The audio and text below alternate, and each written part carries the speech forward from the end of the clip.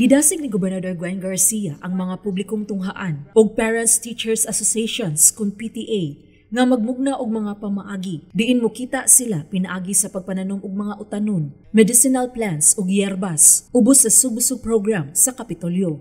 Mao kini ang hagit sa gobernador ngadto sa mga magtutudlo og sa PTA ato sa ilang tigom sa Provincial School Board niadtong Martes, Mayo 11, diin siya mo'y nangu. Gusto ni Gobernador Garcia nga gawas nga magamit ang mga utanon sa feeding programs. Aduna usab mugna nga mga produkto nga nagikan sa ani sa subbusog ug mamahimo kini nga income generating.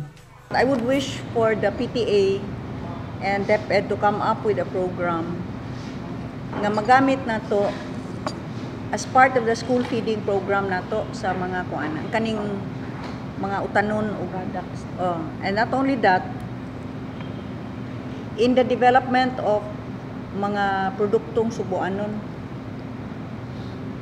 Kaya para doon na sa income ang PTA ba, ang mga teachers. Kung aduna nay mga produkto nga mamugna, matud sa gobernador nga i-tie up niya ang sugbusog sa eskwelahan, ang Sugbo Negosyo nga programa.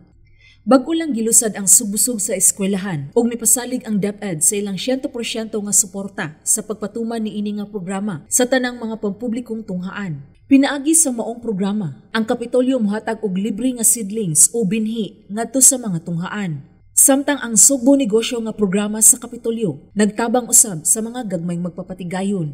We can always help in the sense of including them in the katong naay naagyoy ma-forward sa atong Sugbo Negosyo. Kahatag ta nila coupons for them to develop the produktong subuanon. Anang inyong mga products nga pwede ma-kuan. Para mo add og value. For example, vegetable products from the schools, pwede i-train po sa DTI on how to bottle it para meron tang added value na pickled vegetables na pwede po ibaligyan ng school or ng mga teachers ay na PTA. Manang Sugbo Negosyo. If ever kinahanglan sila budget, i-through nato sa Sugbo Negosyo katong coupons. Ang Kapitolyo mohatag og mga proyekto nga pang-infrastruktura, isip premyo sa mudaog nga mga publikong tunghaan. Sheila Gravinez, Balita sa Sugbo.